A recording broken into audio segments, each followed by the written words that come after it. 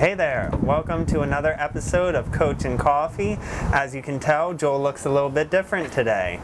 He's not here. This is my wonderful wife, Catherine, and today I am interviewing her.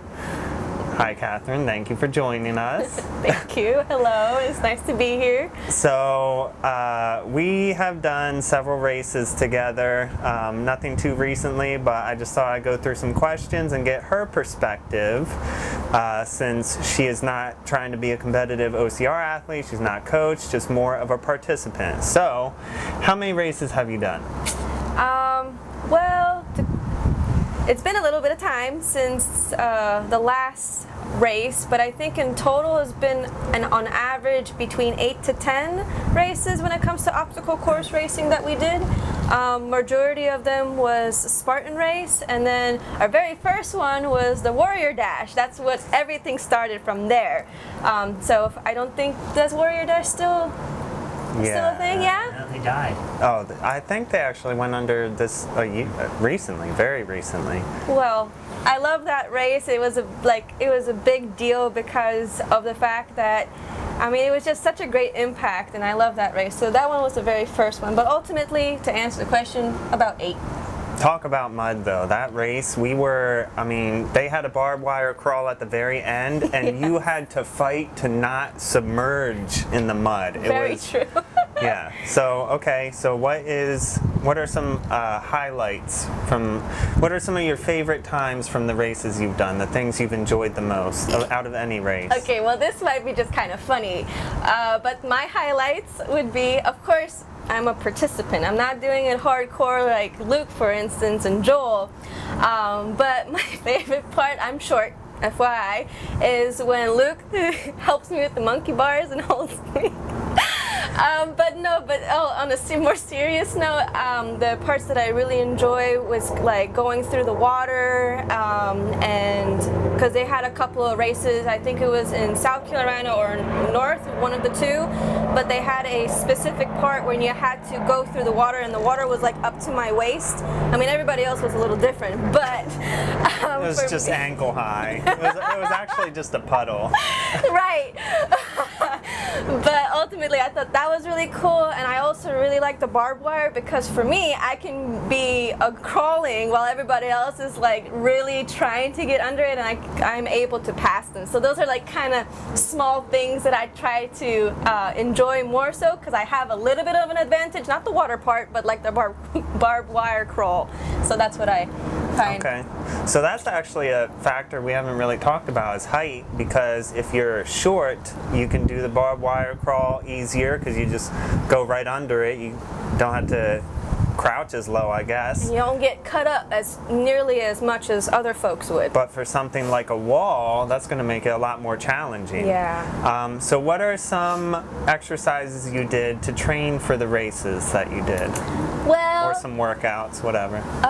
Okay. Well, ultimately, I tried to make sure I did some cardio because, well, it's a race.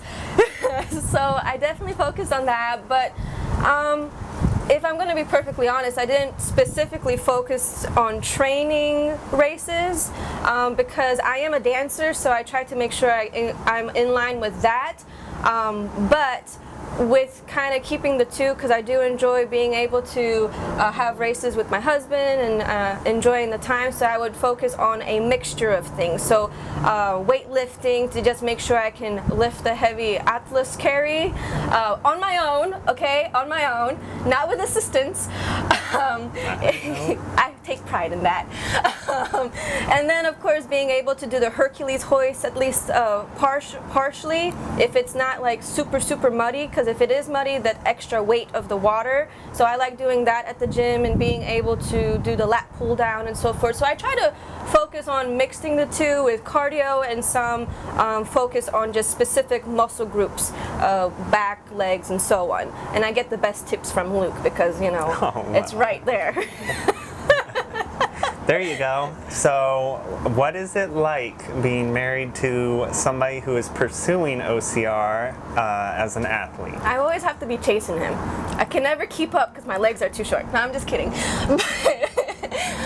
But ultimately, well, I don't know. I I just like watching your journey and being able to help you and support you with whatever I can do. So like, for instance, the amount of food that you eat. So like, from my perspective, I'm trying to make sure that there's that you have enough fuel and that you are ready to just be in action, waking up in the morning, doing a run or whatever that you're doing, stairs or whatever the case might be. So I personally, from the sidelines, just love seeing your growth and being able to put my 2 cents in if I can, because it's not my main focus or what I am mostly knowledgeable about, but whatever I see that I can, I just love seeing you develop and grow and become the athlete that you truly are. Thanks. You're welcome. See, it's good to have support, right? Just like a coach is encouraging. Okay, so what has been your favorite obstacle? What is your favorite obstacle? My favorite one you enjoy obstacle the most? Well, I guess my favorite obstacle would be the finish line. I'm sorry, I'm just... It's hard, it really That's is. a legitimate answer, and if you're being specific, like the fire jump does count as an obstacle, because I saw somebody get a penalty for going around the fire jump. Oh. It was a neck and neck race. I forget who it was, but he kind of got pushed off to the side, even though technically he could have done the fire jump. Anyway, he got a 1-minute penalty and ended up losing the podium because he went around the fire. Anyway. That is just terrible. Yes. So you never missed the fire. No, no. But you know, actually, to answer your question, like, I don't have a favorite obstacle or course specific that is, because I just like being able to accomplish everything. I want to be able to do all or as many as possible I can on my own. So I wouldn't say I have a favorite, because for one, if I am a little bit scared of heights, so that's something I'm just trying to get over with and be able to do it. So that's an accomplishment in itself. So it's just, from my perspective, it's more about being able to go through the whole course and being able to just accomplish it. Like, we did our very first Spartan race, which was the winter green one, which was, I would say that is my ultimate favorite. It was the hardest thing I have ever done, and climbing that mountain seemed like it was never going to end.